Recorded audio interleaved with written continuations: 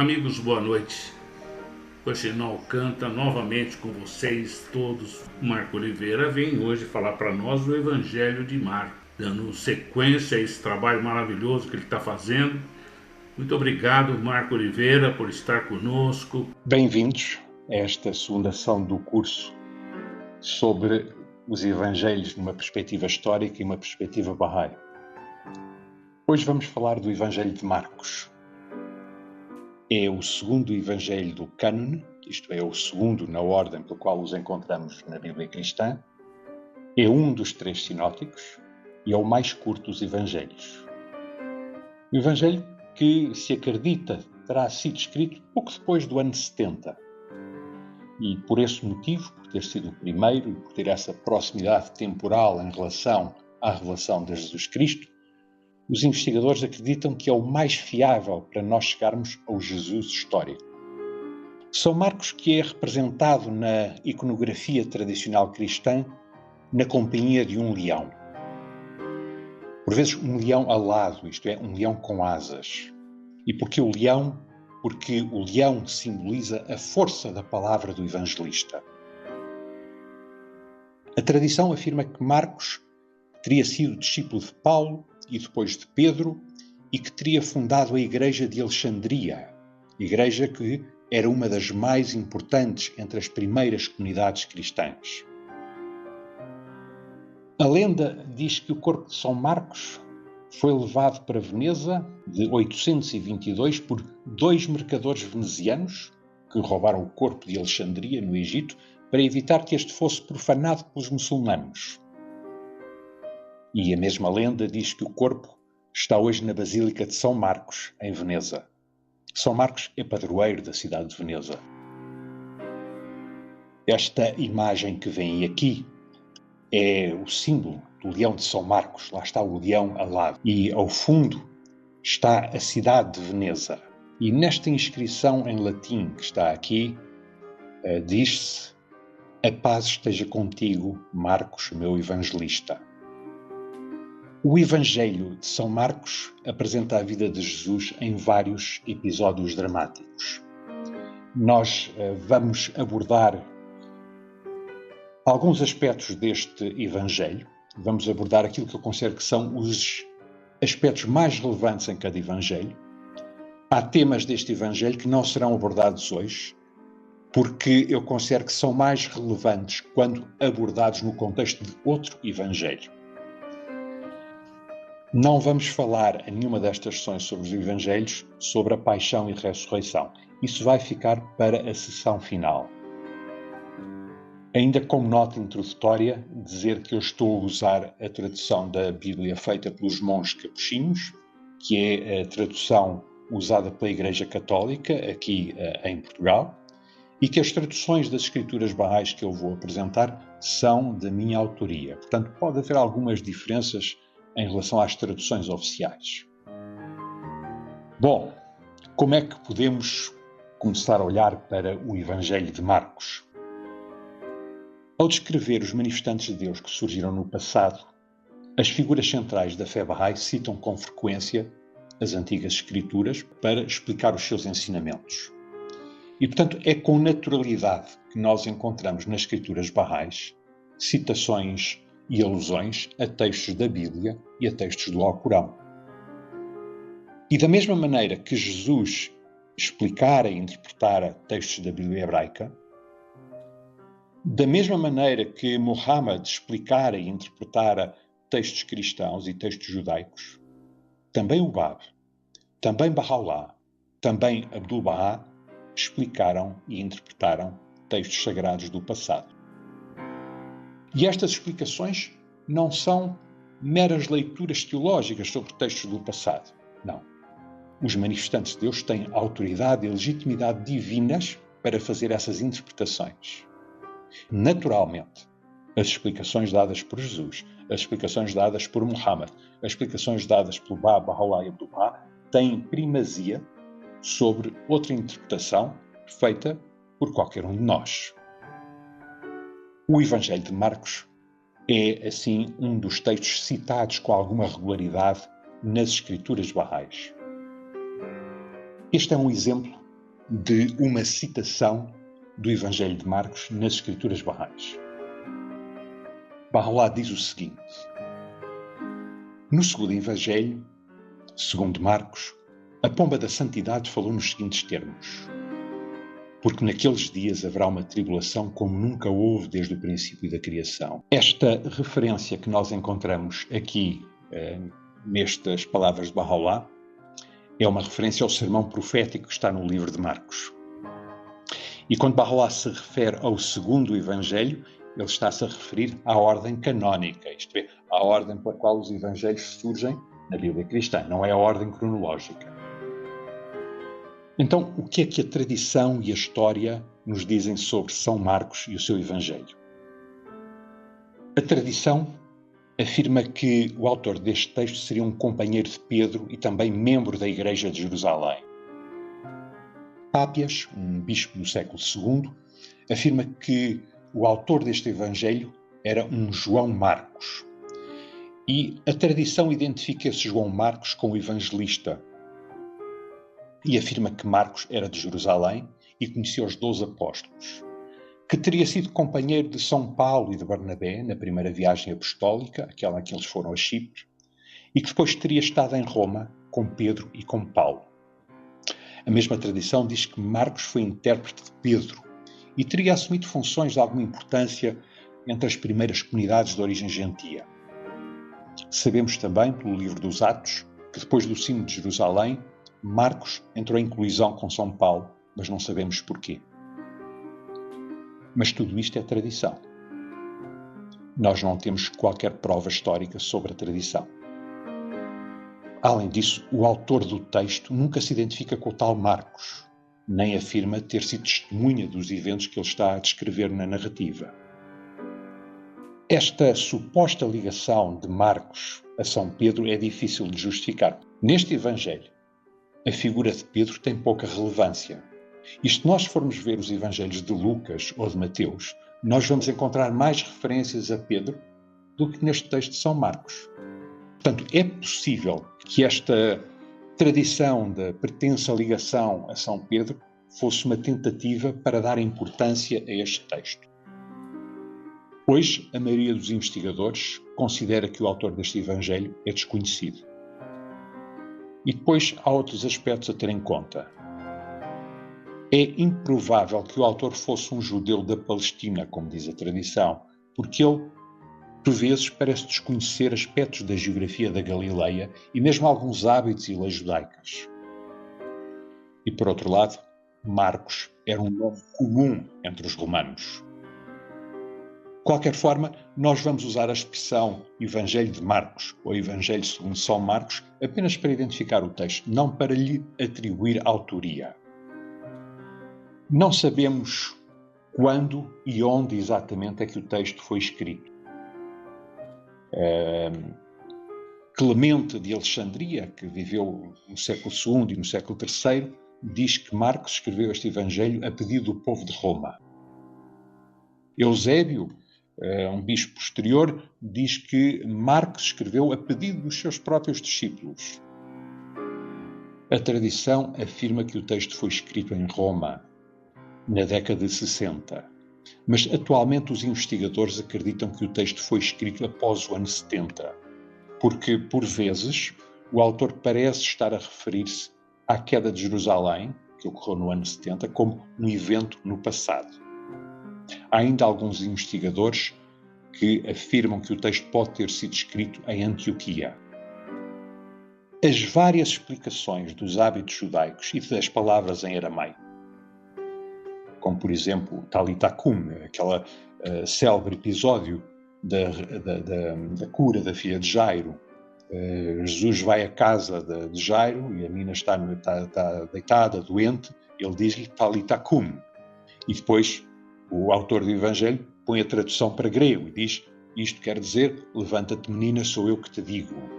Portanto, estas explicações, temos palavras em aramaico e depois explicação em grego, dá a ideia que o texto foi escrito para gentios que se converteram ao cristianismo, isto é, pessoas de língua grega que provavelmente viviam nas cidades e não eram judeus. Além disso, o autor usa termos latinos, como centurião, como legião. Ele fala das moedas romanas. Ele refere-se à divisão do tempo, também em termos romanos. Parece claro que o Evangelho foi escrito para uma audiência cristã de origem pagã, porque ele sente-se obrigado a explicar esses hábitos e essas instituições judaicas. Nós sabemos que os Evangelhos são um tipo de biografias greco-romanas, bem diferentes das biografias atuais. Alguns investigadores têm o cuidado de salientar que os textos dos Evangelhos não são textos literários, não são obras comparáveis aos clássicos gregos, não. Estariam mais próximos de uma forma de literatura popular. O historiador e teólogo português Joaquim Carreira das Neves, que referi na sessão anterior, diz que Marcos escreve num grego rude. E tal como os outros evangelhos, nós não podemos considerar esta narrativa como uma narrativa histórica. É antes um testemunho de fé, isto é, uma afirmação de fé de uma comunidade. Testemunho esse que tem vestígios de historicidade. Ele fala de locais e de pessoas que nós sabemos que existiram. Ele fala de hábitos que nós sabemos que eram os hábitos daquelas populações. Para escrever este texto, Marcos usou várias fontes. Usou narrativas de milagres, usou discursos apocalípticos, parábolas, narrativas da paixão e também várias frases atribuídas a Jesus. Por vezes nós encontramos nos textos dos Evangelhos, não só no de Marcos, também nos outros, uma reinterpretação subtil da Bíblia hebraica. E vemos com muita frequência os salmos são citados pelos autores dos Evangelhos, o que dá para perceber que os salmos seriam um elemento importante na sua identidade religiosa. Podemos dizer que os evangelistas tentam fazer uma fusão entre as narrativas que lhes chegaram sobre Jesus e os salmos. Estas citações dos salmos não são, portanto, uma narrativa dos eventos, mas são uma percepção, um entendimento sobre a figura de Jesus por parte dos autores dos textos. Por exemplo, no texto de Marcos, a quando do batismo de Jesus, há a voz de Deus que vem do céu. E essa voz de Deus está a citar o Salmo número 2. Há o episódio da entrada em Jerusalém, que Jesus vai montado num burrinho, e há toda a população que celebra aquela entrada. Ora, o Salmo 118 tem a descrição do rei que vai montado num jumentinho e que é saudado pelos peregrinos. Quando Jesus está no templo, ele cita o Salmo 110. Quando está na cruz e diz, meu Deus, porque me abandonaste? Isso é uma citação do Salmo 22.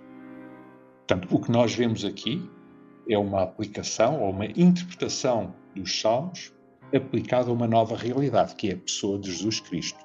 É como se o autor estivesse a dizer-nos que o que está nos Salmos realizou-se na vida de Jesus. De forma simplificada, podemos dizer que o Evangelho de Marcos segue esta estrutura. Nós temos os primeiros 10 capítulos que descrevem o ministério de Jesus na Galileia, e aqui encontramos o batismo, a tentação no deserto, os milagres, várias parábolas, vários discursos, vários acontecimentos.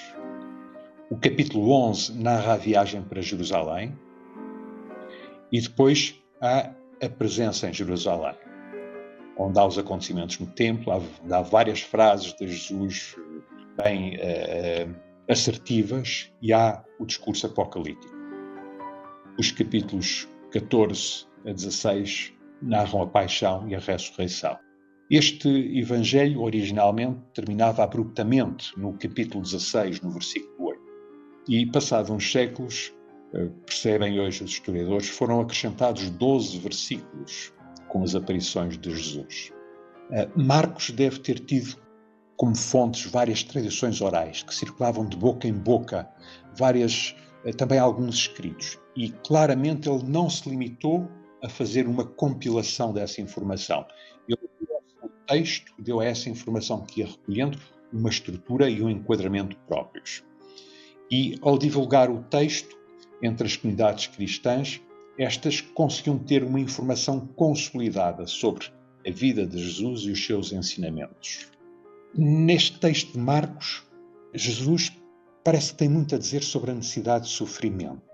Muitas vezes se foca a necessidade de sofrimento dos próprios discípulos, o que leva alguns investigadores a considerar que provavelmente Marcos estava a escrever para uma comunidade que estava em sofrimento. Talvez fosse Roma. Talvez eles estivessem a sofrer perseguições, talvez eles estivessem a sentir hostilidade por parte da população local. Há alguns momentos marcantes na narrativa, já referi a alguns, mas há outros dois que devo referir, como a confissão de fé de São Pedro, quando Jesus pergunta aos discípulos: vocês quem dizem que eu sou? E Pedro toma a palavra e diz: tu és o Messias. Este é um momento que simboliza o reconhecimento da figura de Jesus enquanto manifestante de Deus, enquanto novo Messias, por parte do povo judeu. E depois há a confissão de fé do centurião. O centurião que estava à frente e vê Jesus a morrer na cruz e depois diz: verdadeiramente este homem era filho de Deus. Estas são as palavras que Marcos põe na boca do centurião.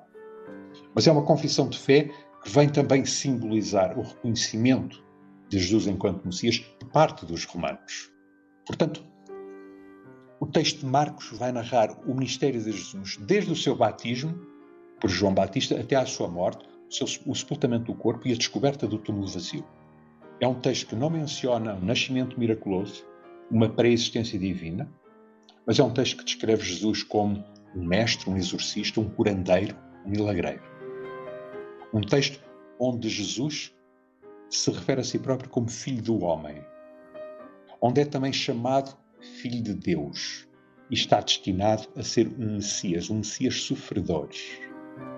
E ao longo da narrativa, Jesus vai mantendo em segredo a sua natureza messiânica. Mesmo os seus discípulos mais próximos parecem não entender a sua identidade e a natureza da sua missão. Como eu disse, o sofrimento é um tema que predomina ao longo deste texto. O próprio Jesus cumpre o seu propósito sofrendo e morrendo. É assim que Marcos apresenta a narrativa.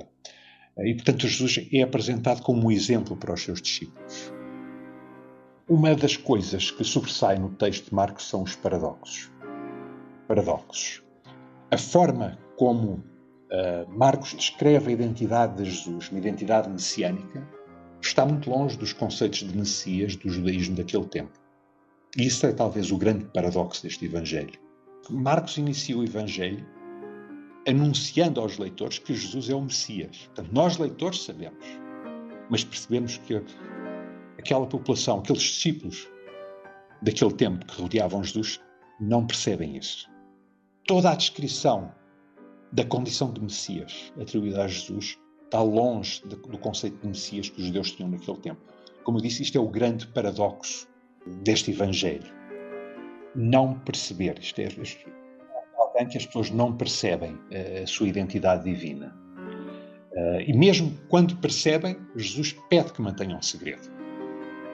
É o chamado segredo messiânico. Ele pede que a sua identidade não seja revelada.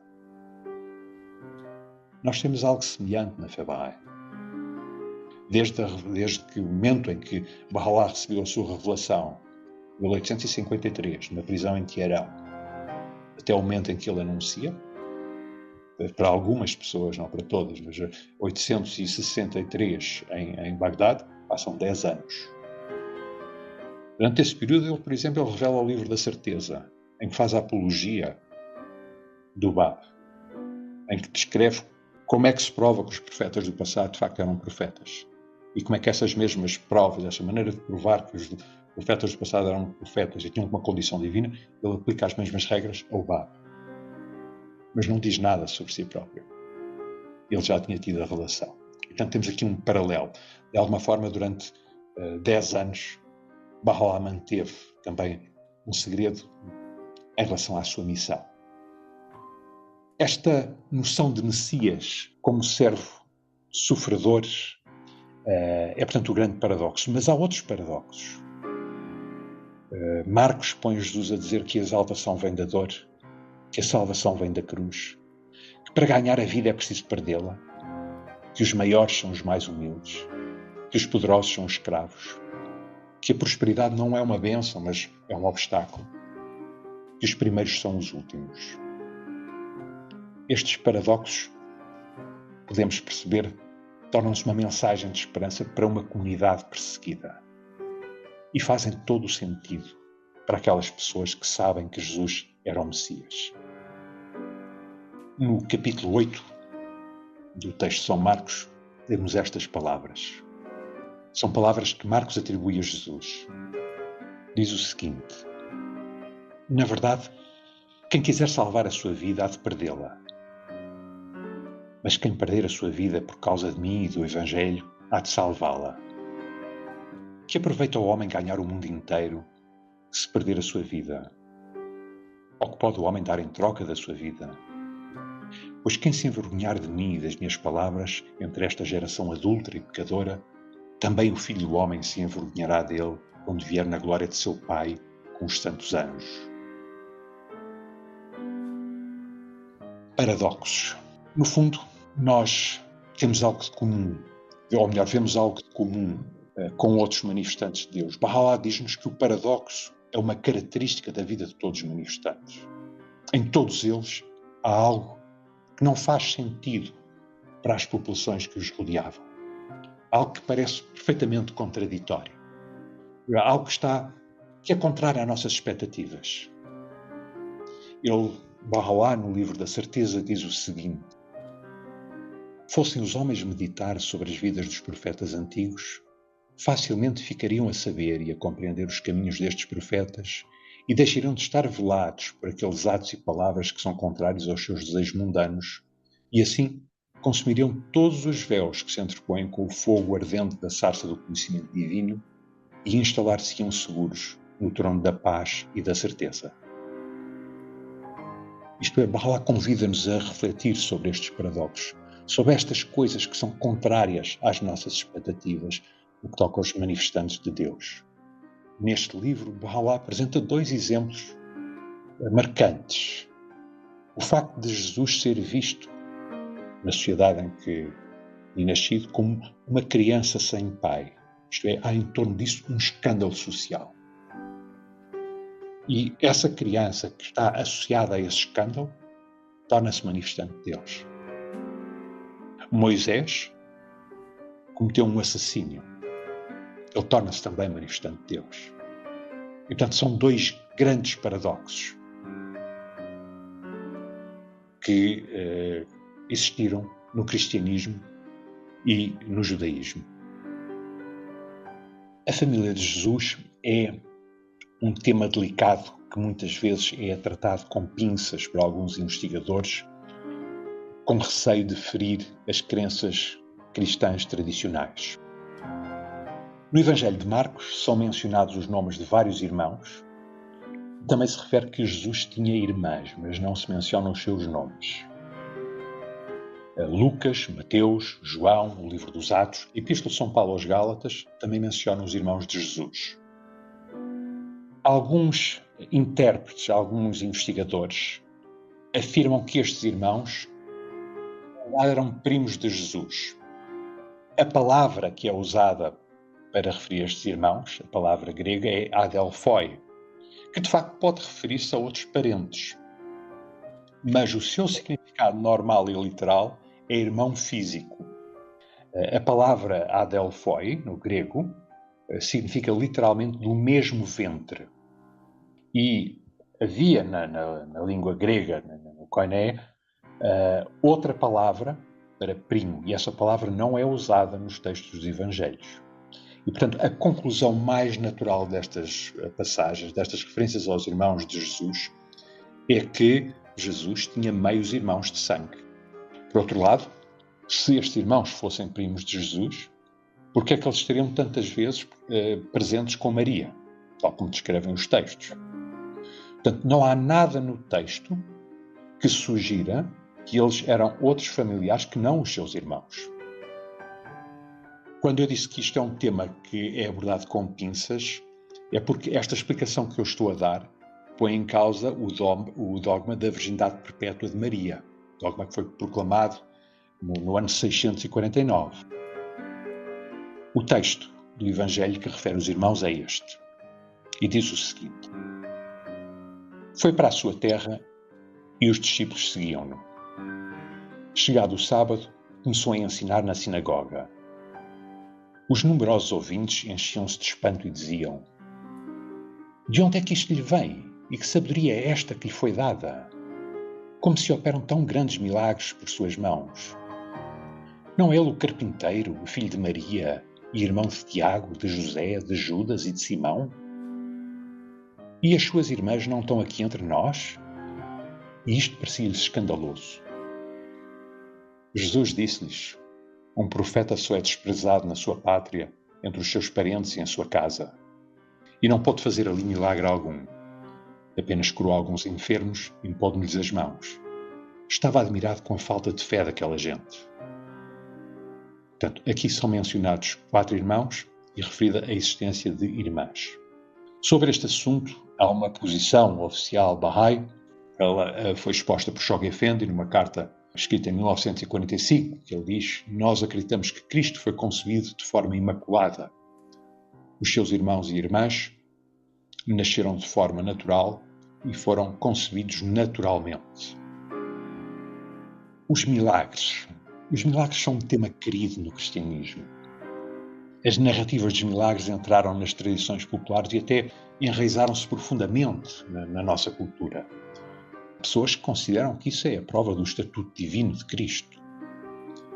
No Evangelho de Marcos, Jesus realiza 18 milagres e vai também divulgando os seus ensinamentos à medida que vai realizando milagres.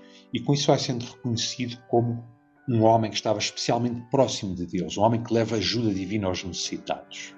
E quando vamos ler os outros evangelhos, percebemos então que os milagres se estendem desde a sua concepção até à sua morte. Ora bem, os investigadores e os historiadores, quando estudam o passado, quando investigam os acontecimentos do passado, eles tentam determinar quais foram os acontecimentos mais prováveis de terem ocorrido. E o milagre, pela sua natureza, é um evento altamente improvável. Não é possível determinar historicamente a ocorrência de milagres. Um historiador também não consegue determinar que houve uma intervenção divina. Se havia uma determinada situação no momento e depois aconteceu qualquer coisa e a situação é totalmente diferente, bom, o historiador pode dizer que havia uma situação anterior e havia uma situação posterior. O que ele não pode dizer é que há uma intervenção divina que levou à mudança de situação. Além disso, quando se fala de milagres, nós devemos ter presente que no mundo greco-romano muitos eventos eram considerados como uma intervenção dos deuses no mundo natural. Uma boa colheita, uma vitória militar, um trovão que se ouvia no céu, qualquer desastre natural, tudo isso era considerado uma intervenção dos deuses. E não havia, naquele mundo, uma percepção de fenómenos naturais que se desenrolam de acordo com as leis da natureza. Ora, nós hoje entendemos a palavra milagre como algo que é contrário às leis da natureza ou que a ciência não consegue explicar. Entre os milagres que Marcos apresenta, há um que acho que é interessante mencionar, é a cura de um cego. O cego recupera gradualmente a visão. E um leitor atento dessa descrição, está no capítulo 8, percebe que há ali um simbolismo muito curioso que se aplica ao contexto da narrativa. É que os discípulos também gradualmente vão percebendo a identidade de Jesus. É como se a sua visão espiritual despertasse gradualmente, tal como a visão física deste cego também recuperou gradualmente. Portanto, a cura do cego, de alguma forma, simboliza o que vai acontecendo aos discípulos. Entre os milagres, nós temos o exorcismo do Geraseno, um homem que estava possuído por demónios e que Jesus expulsa os demónios, e os demónios entram nos corpos de uns porcos, e os porcos lançam-se de uma ravina e morrem.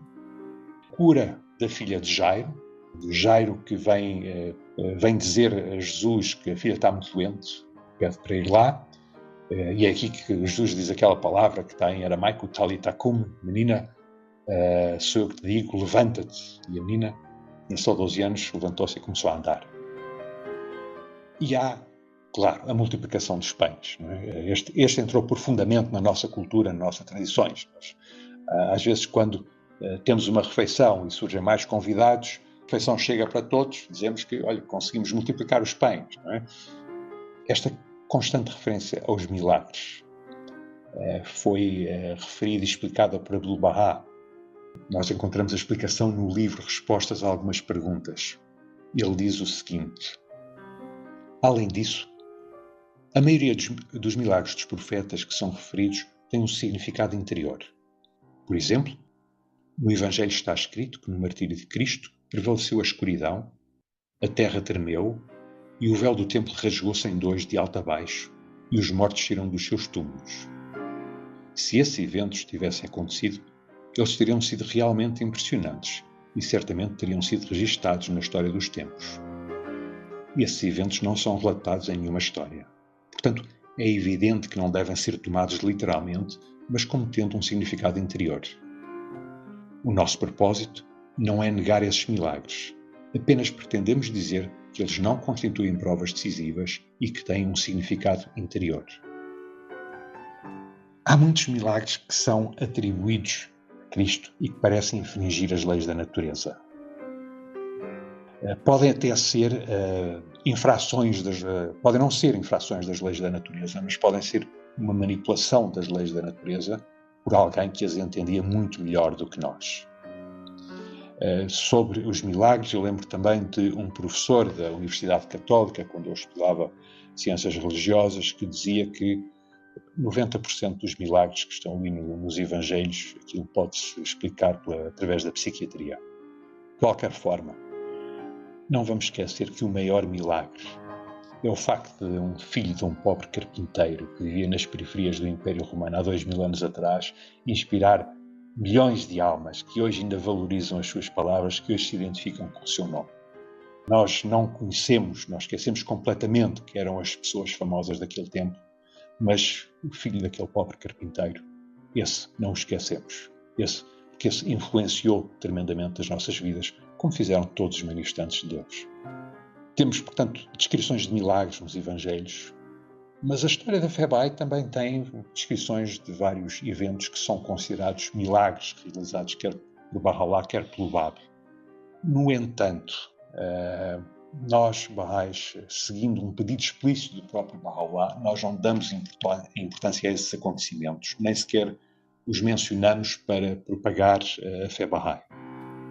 Na Epístola ao Filho do Lobo, a sua última grande epístola, Bahá'u'lláh escreveu o seguinte: rogamos aos nossos bem-amados que não manchem a orla das nossas vestes com o pó da falsidade, nem permitam que referências ao que consideram milagres e prodígios rebaixem a nossa condição e dignidade ou desfigurem a pureza e a santidade do nosso nome. Parece-me que aqui o raciocínio é simples. Os milagres físicos, milagres materiais realizados por um manifestante de Deus têm significado aqui apenas para aqueles que os testemunham presencialmente. As narrativas desses milagres para outras pessoas podem ser rejeitadas ou desconsideradas como sendo apenas folclore ou um truque de ilusionista. E daí estas palavras de Bahá'u'lláh. Filho do homem. A questão sobre a identidade de Jesus era muito importante para os primeiros cristãos. Afinal, quem tinha sido aquele Jesus? Ele era um profeta ou era mais do que um profeta? E se era mais do que um profeta, como é que o podiam descrever? A expressão filho do homem é utilizada várias vezes por Jesus para se referir a si próprio. É usada 30 vezes no Evangelho de Mateus, 14 vezes em Marcos, 25 em Lucas e 12 em João. A expressão surge nos Evangelhos, mas surge também no livro dos Atos e no livro do Apocalipse. E os significados desta expressão têm sido tema de debate entre muitos teólogos e muitas escolas teológicas. É uma expressão que parece ter um significado diferente daquele quando era usado na Bíblia hebraica. É óbvio que esta expressão tem que ser entendida no contexto da narrativa.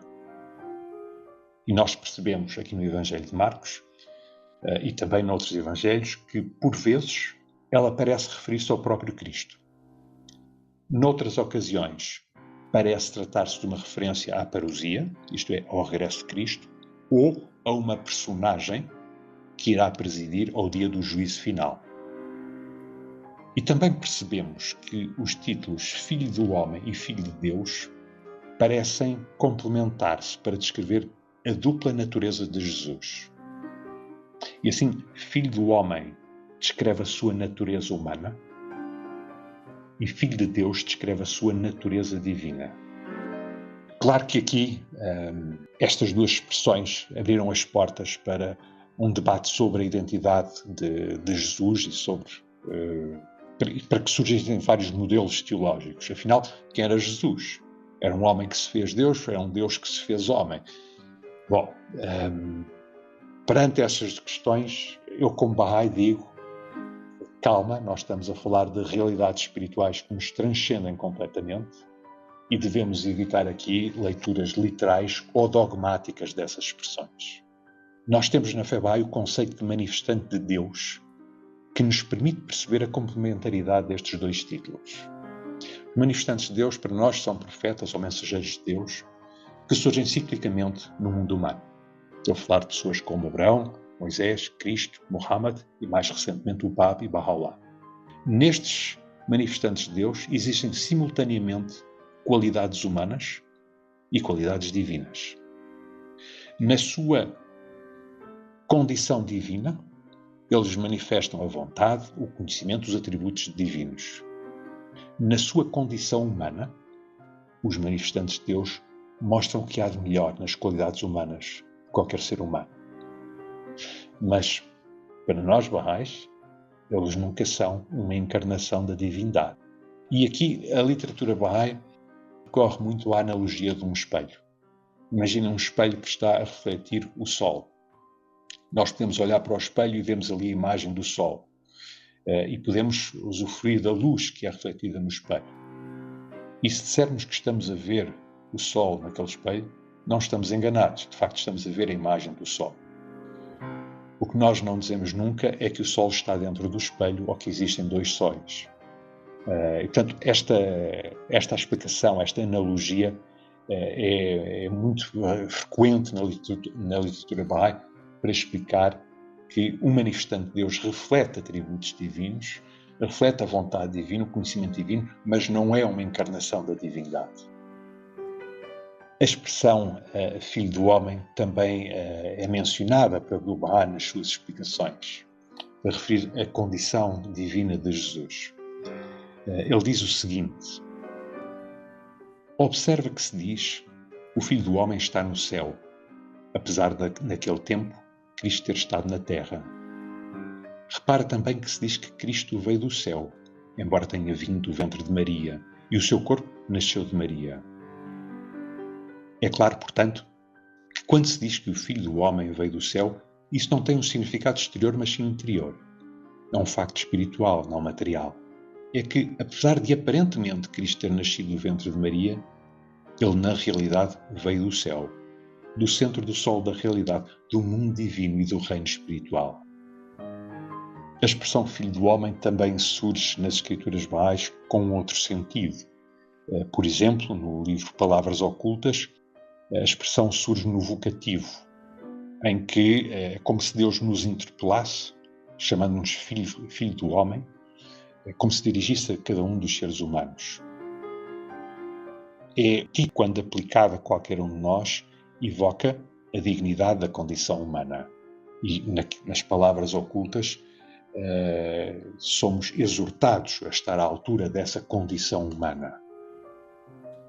Quando a narrativa de Marcos se encaminha para o seu momento mais intenso, que é a paixão e a ressurreição, nós temos a descrição do julgamento de Jesus.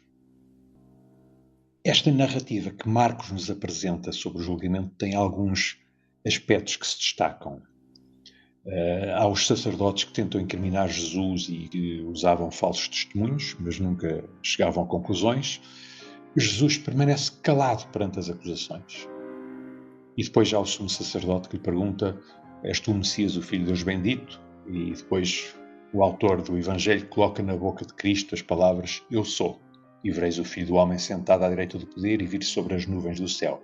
E depois há a acusação de blasfémia, há a condenação à morte e ele começa a ser insultado e agredido. O texto está no capítulo 14 e diz o seguinte: então o sumo sacerdote ergueu-se no meio da assembleia e interrogou Jesus: não respondes nada ao que estes testemunham contra ti? Mas ele continuava em silêncio e nada respondia. O sumo sacerdote voltou a interrogá-lo: és tu o Messias, o Filho de Deus bendito? Jesus respondeu: eu sou. E vereis o Filho do Homem sentado à direita do poder e vir sobre as nuvens do céu. O sumo sacerdote rasgou então as suas vestes e disse: que necessidade temos ainda de testemunhas? Ouviste a blasfémia? Que vos parece? E todos sentenciavam que ele era réu de morte. Depois, alguns começaram a cuspir-lhe, a cobrir-lhe o rosto com um véu e batendo-lhe a dizer: profetiza! E os guardas davam-lhe bofetadas. Estes momentos do julgamento de Jesus pelas autoridades mereceram a atenção de muitos artistas ao longo destes séculos. As imagens que temos aqui é de Jesus perante Caifás, depois Jesus perante Pilatos e depois a flagelação. A descrição que Bahá'u'lláh faz do julgamento de Jesus está muito próxima da descrição que Marcos nos apresenta. E é essa descrição do julgamento que eu vou ler aqui. É uma descrição que está no livro da certeza. Diz o seguinte: do mesmo modo, recorda-te do dia em que os judeus, tendo rodeado Jesus, o filho de Maria, o pressionavam a confessar a sua pretensão de ser o Messias e profeta de Deus, para que o pudessem declarar infiel e condená-lo à morte. Depois, a ele, que era o sol do céu da revelação divina, levaram-no perante Pilatos e Caifás, que era o sumo sacerdote da época.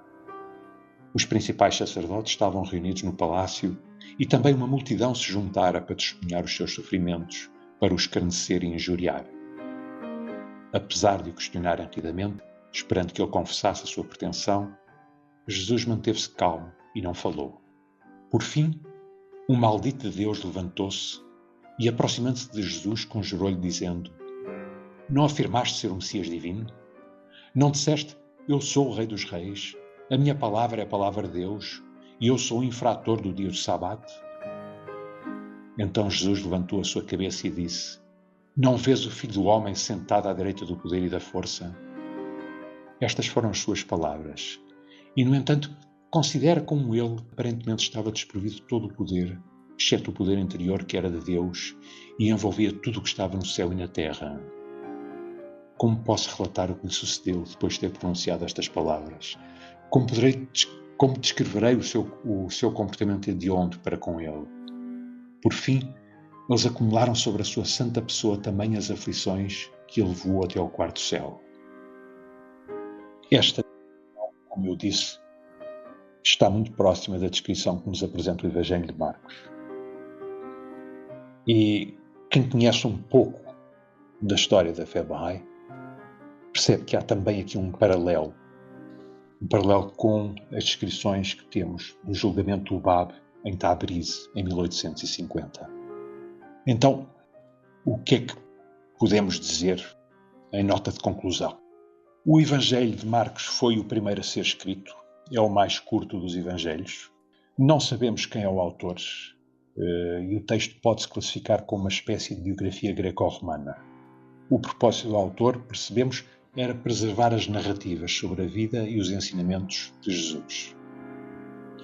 Ao longo do texto, os ensinamentos de Cristo são apresentados frequentemente na forma de paradoxos. E este é um texto que merece ser lido de forma desapaixonada e sem ideias preconcebidas. É um texto muito citado e explicado nas Escrituras Bahá'ís e os seus ensinamentos. Os ensinamentos que Cristo nos transmite neste Evangelho, eles são ampliados e aprofundados nos ensinamentos Bahá'ís. Referir também que Marcos não tem a história da ressurreição, mas apenas tem a história do desaparecimento do corpo. O texto tem uma beleza extraordinária e é uma beleza que sobressai ainda mais quando nós lemos as alusões e as interpretações que Baha'u'lláh faz sobre este texto. E isto era o que eu tinha para partilhar hoje convosco. Só referir que há um conjunto de livros que foram importantes no meu trabalho de investigação para preparar esta apresentação.